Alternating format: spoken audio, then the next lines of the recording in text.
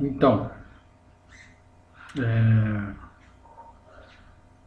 esperando conectar aí, então, o áudio da Margot. Margot, Oi. então, vamos continuar aí.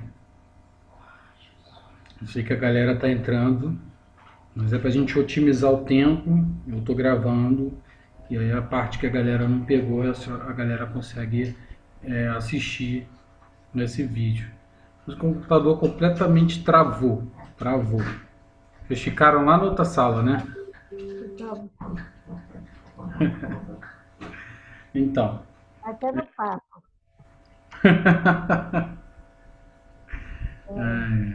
Já todo mundo entrou? Você vai começar? Tá para entrar.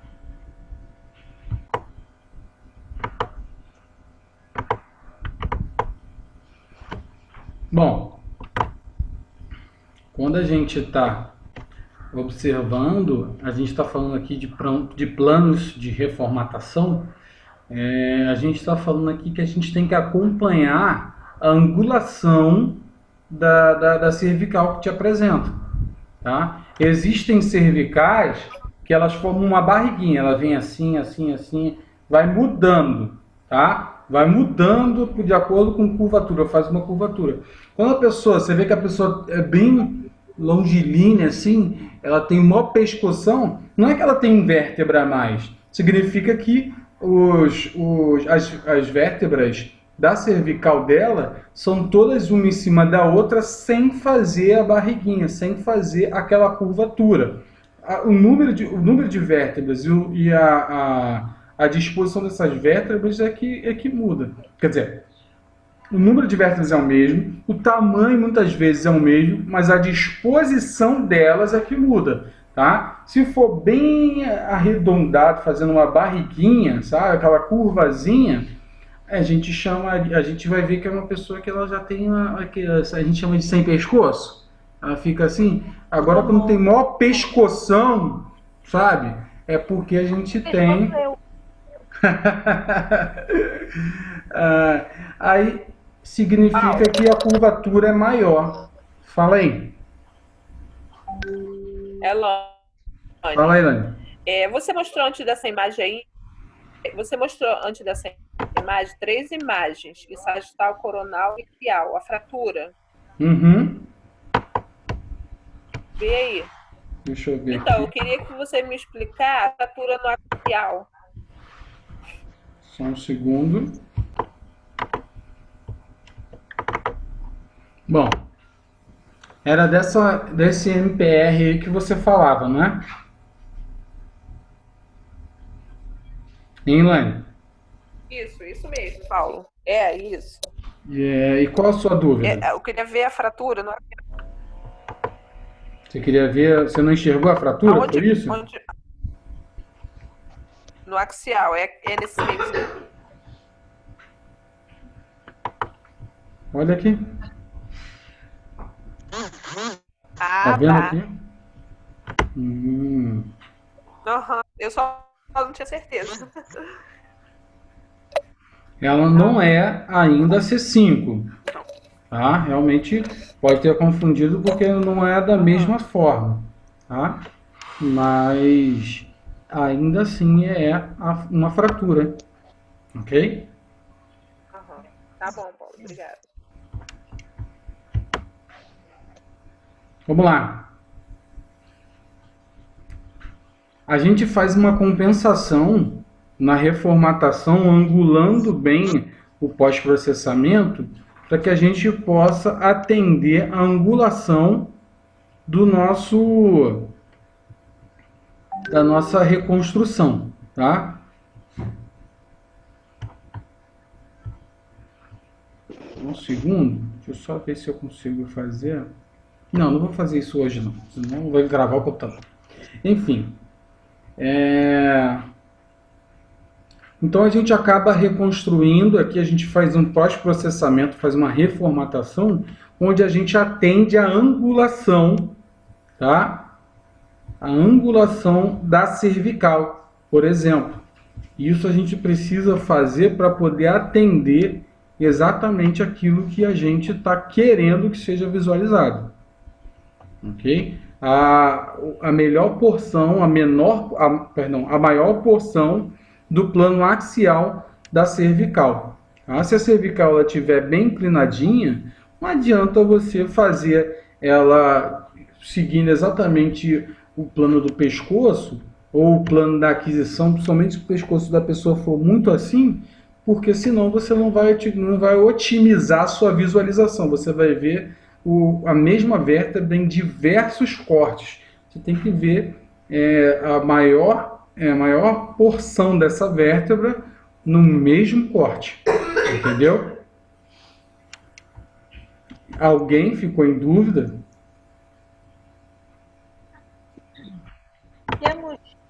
Temos Ainda não. posições específicas?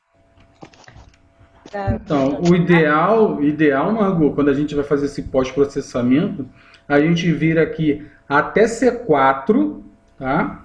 E a gente angular de maneira que a gente faça a angulação para C4. Dá muito certo quando você tem uma angulação para uma cervical que é bem retilínea, tá?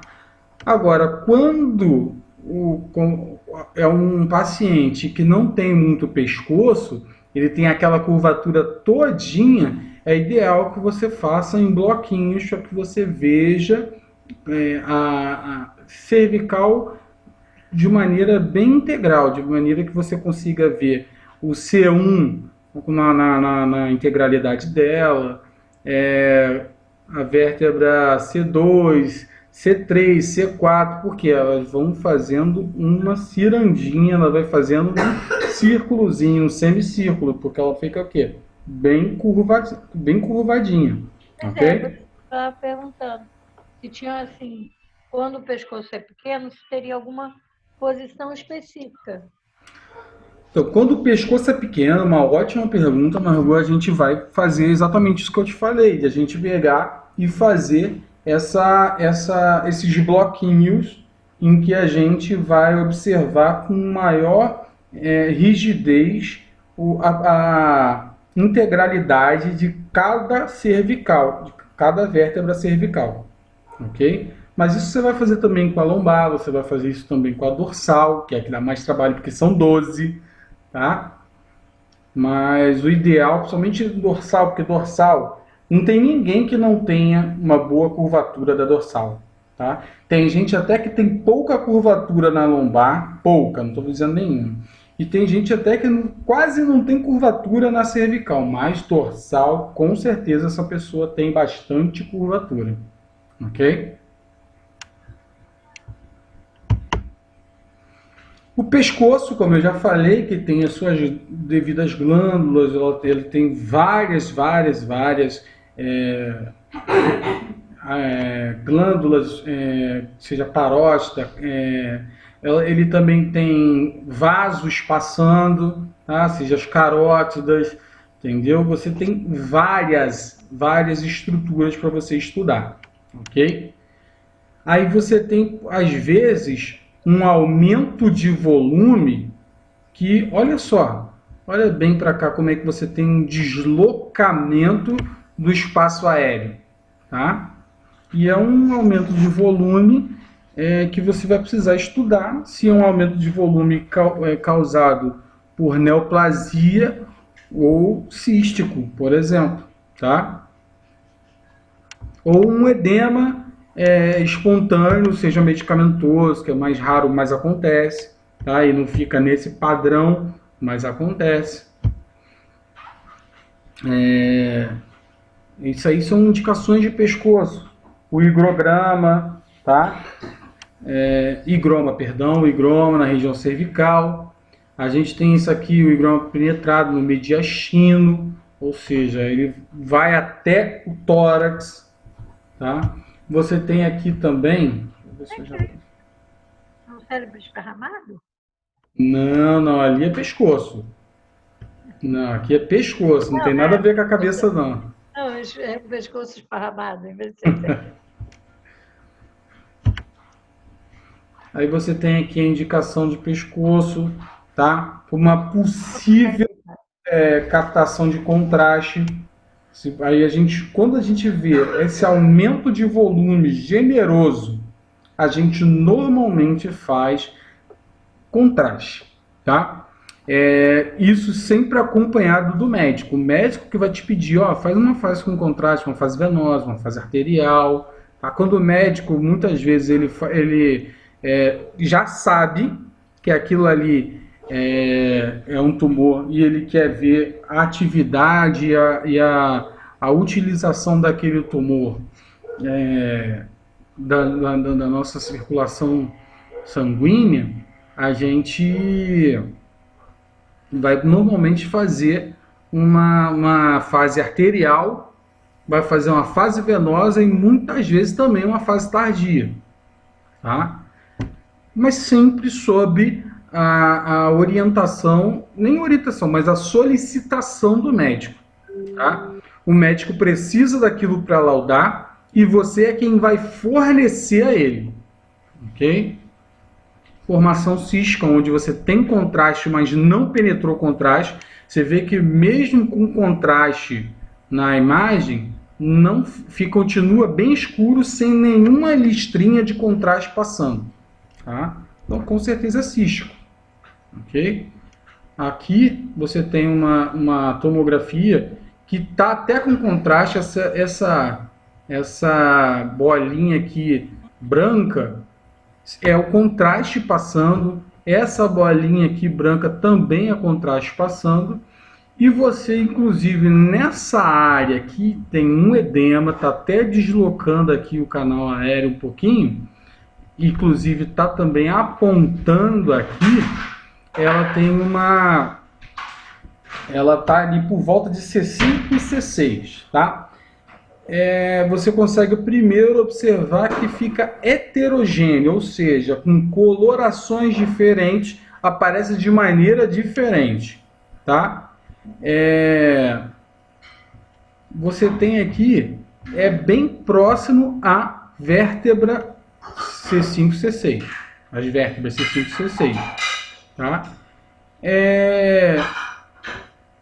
Deslocando anteriormente o espaço carotídeo e a traqueia. Olha aqui como eu falei que deslocou. Tá? Deveria ficar mais ao centro aqui e deslocou bastante. Ou seja, você tem uma massa crescendo e está até deslocando, tá? Falando de vulgarmente, a garganta. Ok? Beleza, Margot?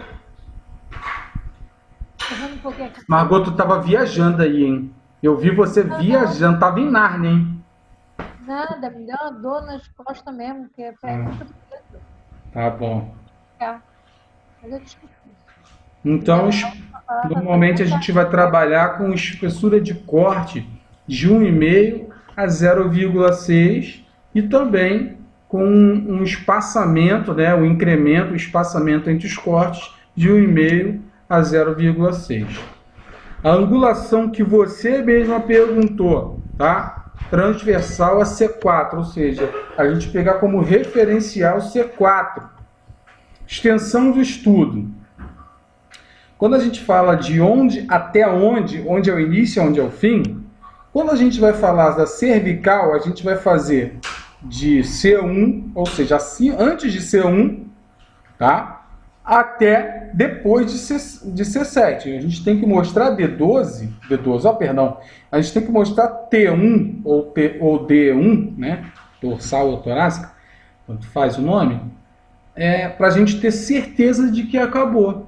Tá? Não tem outra vértebra cervical, porque existem variações anatômicas sem prejuízo. Por exemplo, tem pessoas que têm 8 vértebras cervicais, pessoas que têm 6 vértebras cervicais. O comum é ser 7, certo? Mas existem pessoas que têm variação anomática. Exatamente. E você acaba achando. Como é que você vai saber que aquilo ali está fazendo parte da cervical e não é já uma T1 ou uma vértebra do tórax?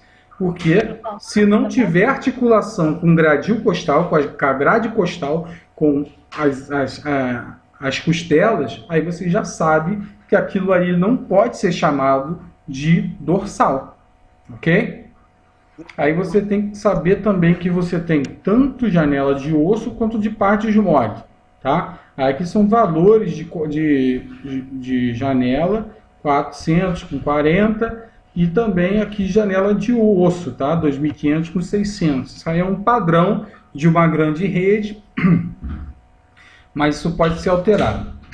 O registro de dados do exame, ele precisa ser feito no RIS com R e no PAX, tá? Aquela imagem não pode ficar solta sem nenhum registro, porque você vai fazer muitos exames, o outro plantão vai fazer vários exames e depois ninguém mais vai saber de quem é aquele exame que foi feito. Então você não pode deixar aquele exame sem nome, sem os dados do paciente, ok? É um documento radiológico.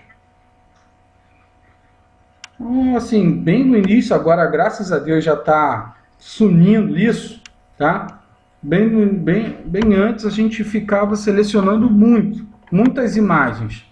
Vocês já vão pegar já a gente fazia de 35 a 60 imagens, selecionava as melhores, as que mostravam as lesões, e vocês já estão, graças a Deus, entrando numa era em que até os públicos, tá? Eles já estão fazendo a documentação em CD, em que você manda todas as imagens para o paciente. Você não manda 35 ou 60. Eu mostrei para vocês aquele vídeo não, aquele CD que eu estava abrindo lá aqui no computador, e tinha 500 e traulitada de imagem. Olha quanta imagem a gente deixava de fora para poder escolher 35 ou 60 imagens.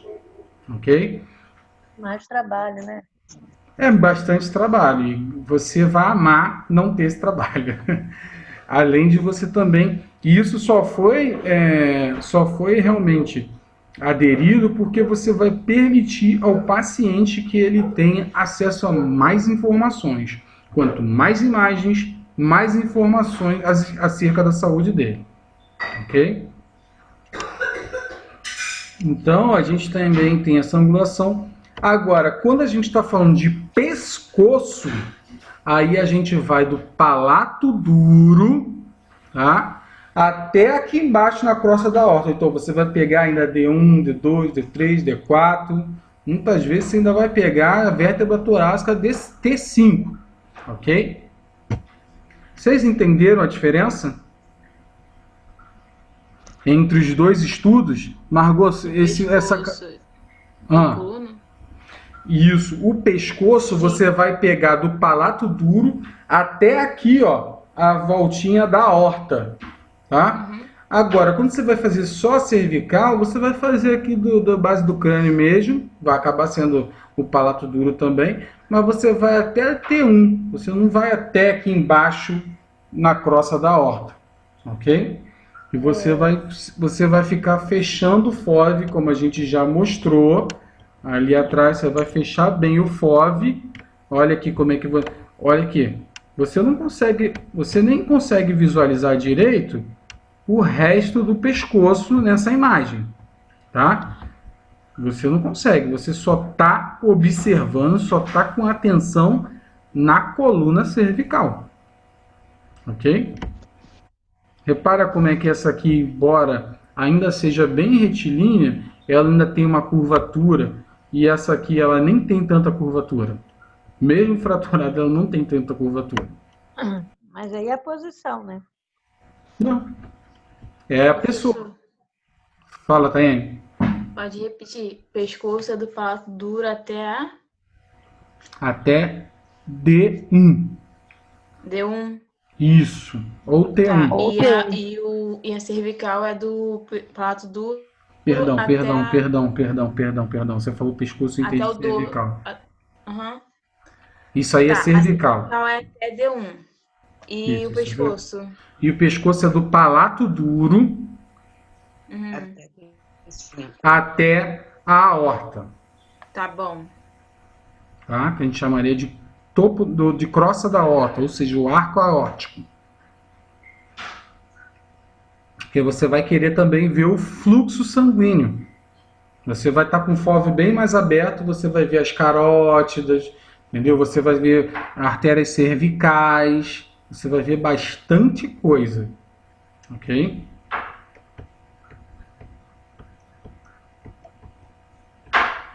Aí o tempo é basicamente o mesmo, tá? O único que fica tão longe do coração que precisa de umas alteraçõezinhas, precisa esperar um pouquinho mais, são os membros inferiores. Ah, e o membro superior nem tanto também, mas os que ficam bem longe do coração e precisa esperar bastante, membros inferiores. Mas o tempo, se você reparar, fase dinâmica aqui, arterial, 25 a 40 segundos, tá? De acordo com o aparelho que você tiver. Se tiver a bolus teste, você vai fazer aquela fase em que você vai mandar só uns 5 ml, 2 ml para você ficar monitorando e saber quanto tempo demora para chegar naquela região onde você está monitorando, ou você vai fazer com o volume, aí você vai fazer com volume calculado. Por exemplo, você vai fazer com 5 ml primeiro, tá? E depois você vai fazer, depois que você esperou, a pessoa já excretou, já deu tempo de fazer xixi, já eliminou aquilo do corpo dela, entendeu? Aí é que você vai calcular para você fazer um volume total que realmente seria para o exame, tá? Essa é uma metodologia mais demorada. E para precisão, entendeu? Para melhorar a precisão, ainda que é uma evolução desse bolus teste, a gente faz com monitoramento ao mesmo tempo colocando o ROI, tá? A fase venosa, tá? Significa que vai estar na circulação venosa, na grande circulação, e vai estar na circulação venosa, onde a gente vai ter um início de 50 a 70 segundos, tá? Se for muito rápido o aparelho, você vai ter até que jogar para 80 segundos, de tão rápido que é. Mas quando for muito mais devagar, aí você já tem que jogar para 50 segundos, ok? Acho que você está dizendo que só tem 9 minutos.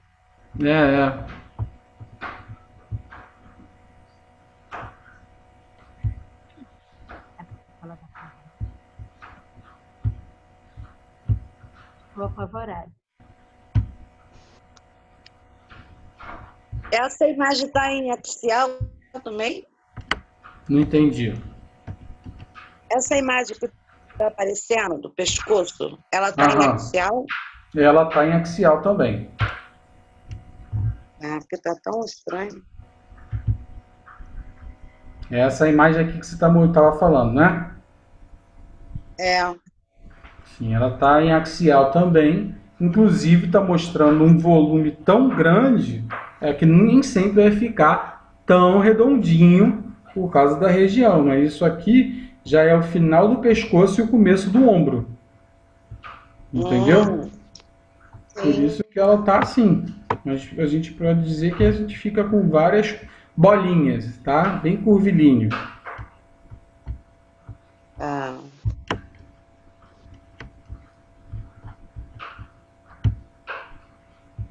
Vamos lá. Os novos protocolos de angio-TC, tá? A angiotomografia, eu peço que vocês se lembrem. Gente, a angiotomografia é algo que é realmente fácil de fazer, tá? Vão te apresentar como se fosse um bicho de 7 cabeças. Mas é algo fácil de se fazer porque os aparelhos estão deixando cada vez mais fáceis de se fazer, ok? Então, é importante demais que você repare que você tem características de aparelhos que vão favorecer a aquisição da imagem que você quer. Então você vai fazer um exame de pescoço e aí quando você tiver no arco aórtico, tá? Pintando o contraste, aí você coloca o ROI para poder disparar automaticamente aquele exame, tá? Alguns colegas vão falar, tá? E eu compreendo e respeito, que você tem que fazer esse exame no olhômetro, contudo, uma forma de se resguardar e poder discutir de igual para igual com qualquer pessoa que venha discutir o seu exame com você, você vai dizer assim, olha, eu coloquei para poder disparar quando aquela aorta chegasse a uma densidade de não sei quantos HU e a partir daquele momento o aparelho disparou, porque você se programou com antecedência. Tá? Se você já sabe, anota aí, Margot, anota aí, galera, que o contraste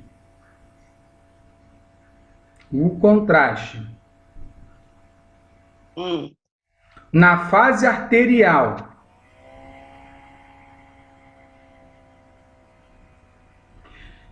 ele tem 200 de HU. Na fase arterial?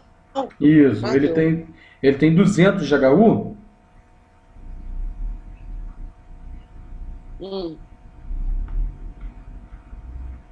E você sabe também, que o sangue arterial, a gente está falando de fase arterial, no sangue arterial, você tem quanto de HU? Eu falo o tempo todo. Sangue arterial. Taiane falou alguma coisa aí, mas está no mute. 5.000? Quanto? 1.000? Não. 1.000 é osso. 1.000? HU? 90, não? Quanto? 5.000 HU, eu ficaria. 70, por aí. Não, tem um bem específico. Eu mostrei um exame de crânio para vocês e falei o valor que tem no sangue. 60. 60! Exatamente. Então, você sabe que aquele sangue tem que ter 60 de HU naquela artéria, ok? E quando altera-se, fica maior ou menor quando você bota contraste? O valor de HU. Fica o quê? Maior? Maior, porque quanto que tem de HU no contraste? Acabei de falar e você anotou. 200, isso aí. Então, sempre vai aumentando. Então, aí é de acordo com a sua técnica, de acordo com o seu aparelho, que você vai pegar e convergir com o quanto você vai utilizar. Se você tiver com muito medo e achar que o aparelho é muito lento para se deslocar até o início da aquisição, aí você faz com, vamos dizer, 90, 100 de HU. Por quê? Porque dá tempo de voltar até concentrar tanto que quando ele volte a fazer a aquisição, já esteja com 200 de HU. Agora, se você está um aparelho muito rápido e ele consegue fazer bem rápido essa aquisição, você vai fazer com 200 mesmo. Com 200 de HU você já vai meter bronca. Ok? Alguém poderia me repetir só o finalzinho da pergunta? Não, não é uma pergunta. Não é uma pergunta. Ah, é uma afirmação. É uma afirmação para você guardar e depois responder na prova. Ah, então, o contraste na fase arterial tem 200 HU e você sabe também que o sangue arterial, aí eu me perdi. Tem quanto de HU? Você acabou de responder. 60 de HU. Tá. Guarda essas informações. Por quê? Porque se eu te perguntar na prova que um ROI, por exemplo, está monitorando uma angiotomografia e aí você teve um resultado de 60 de HU o tempo todo, o que significa? Que não teve alteração? Que não teve alteração. Gente, meu Deus do céu, fiquei até emocionado com essa resposta. Sério, de verdade. Tem coisa, isso aí é coisa do dia a dia da gente, que às vezes o técnico lá, que não está estudando, que não sabe nada, fica, meu Deus, não está mudando. E acho que o paciente deu ruim. Contraste, né?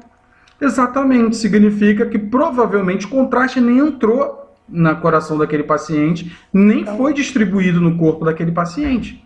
Cara, emocionante essa resposta. Meu Deus do céu. Oh, que coisa cuti, mas que coisa linda. Mas é isso mesmo. De verdade. De coração. Parabéns. Então significa que não chegou contraste naquele local onde você está monitorando. Tá? Aí você tem que ver se tem falha mecânica, você tem que ver se tem falha aconteceu alguma coisa, se por exemplo o contraste nem entrou na corrente sanguínea, infiltrou no braço do paciente, tá? Pode acontecer muita coisa, estourou a veia e aí infiltrou no braço do paciente, então pode acontecer muita coisa, então por isso que não entrou o contraste naquela circulação sanguínea, tá? Aí você não vai ficar aí, ó, ad eternum, fazendo 250 X, assim, esperando, monitorar e falando, meu Deus, e começar a rezar para poder aparecer o contraste. Não, tem um motivo. Se em 8 segundos, não aparecer na